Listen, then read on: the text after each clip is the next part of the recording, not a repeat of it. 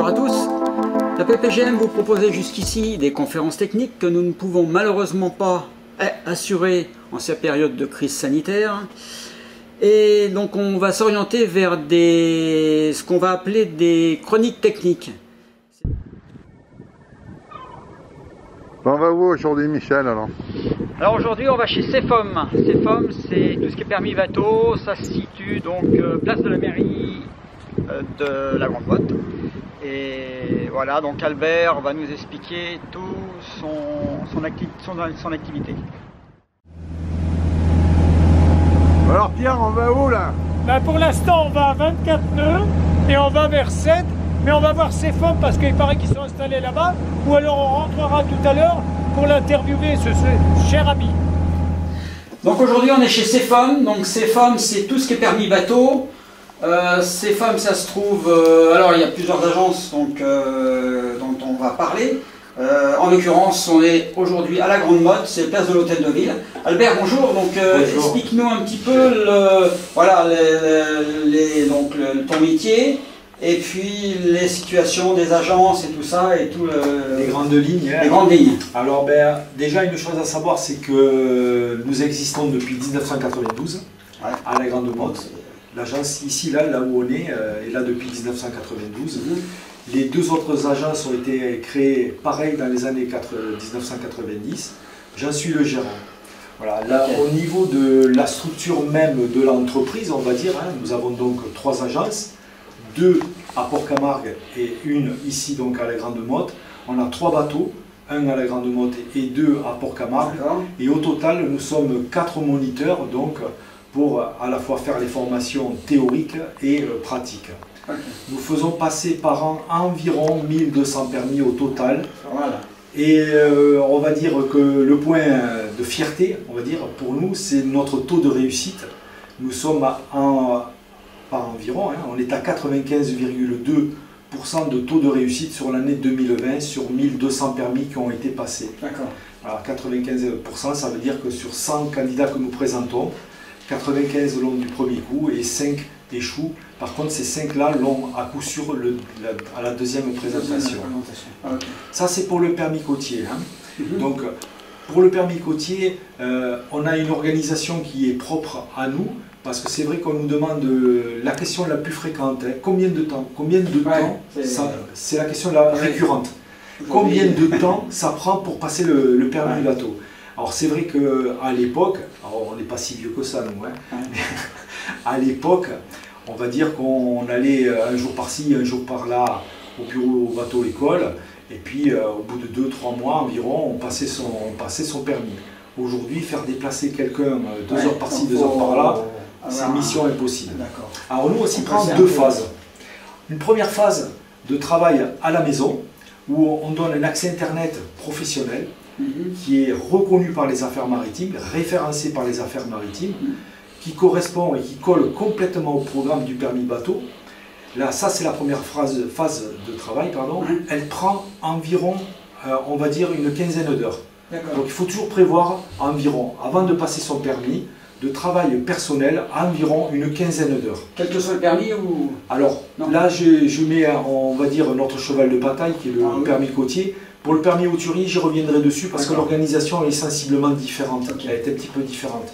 Mais pour le permis côtier ou eau intérieure, fluvial, voilà, il faut une quinzaine d'heures de présentation, de préparation environ en amont. Vient le moment après du présentiel, le temps de présence au bateau école. On a la chance, nous, d'avoir notre quartier maritime, donc c'est 7, on a la chance de pouvoir présenter, on a des examens donc tous les lundis à Montpellier, tous les lundis. C'est la partie théorique du permis bateau, c'est un examen comme pour le code de la route. Alors au lieu d'avoir 40 questions là, on en a 30 et il faut avoir 25 bonnes réponses pour réussir à cet examen. L'examen a lieu le lundi.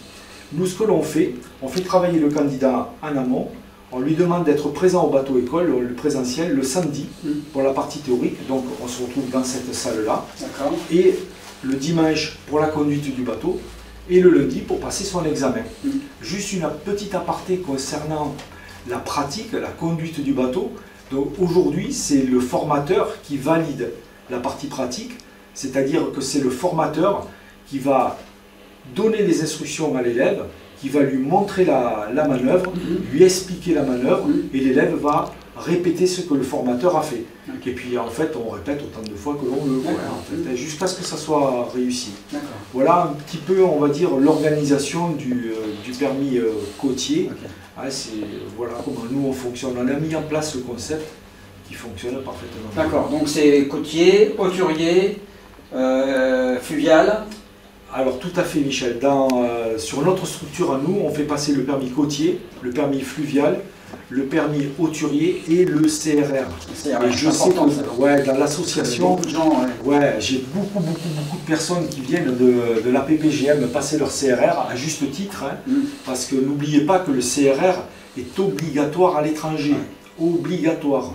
Donc tant qu'on est dans les eaux territoriales, on va dire que le permis côtier devrait suffire normalement, mais pour un voileux, entre guillemets, on va dire qu'on ne vous embête pas, on ne vous embête pas avec ça. Par contre, c'est vrai que dès qu'on sort des eaux territoriales, c'est-à-dire au-delà de 12 000, il faut le CRR, le certificat de radiotéléphoniste restreint. Ok. Et puis j'ai vu donc que tu faisais des cadeaux, qu'on pouvait faire un cadeau, en fait, ça c'est un petit peu le...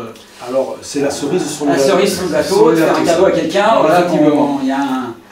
Alors, effectivement, j'en profite, tant que j'ai un petit peu d'écho, de présenter, voilà, en fait, on offre à nos futurs candidats la possibilité de se faire offrir le permis bateau. Alors en fait, on vient, on va dire, agrémenter, plutôt que de donner un bon cadeau dans lequel il y a marqué bon pour un permis bateau, on va donner une pochette cadeau. À l'intérieur, il y a le livre de code emballé dans une box, dans lequel il y a ce qu'on appelle les essentiels du plaisancier, le livret du candidat, enfin il y a tout un petit assortiment, il y a même un bloc-notes avec un stylo, voilà. Il y a tout un petit assortiment qui permet de valoriser.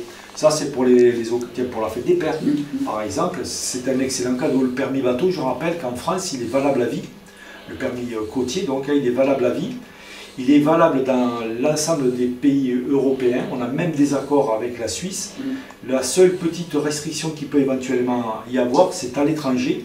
Il y a des pays qui, eux, n'acceptent pas directement, qui vont préférer avoir une traduction. Je pense au Mexique, parce que là j'ai eu le cas il n'y a pas longtemps, où ils veulent une traduction, ou alors aussi en Australie, où eux, le garde-côte australien, lui le français, il ne sait même pas où est la France, lui ce qu'il veut c'est une traduction anglaise du permis.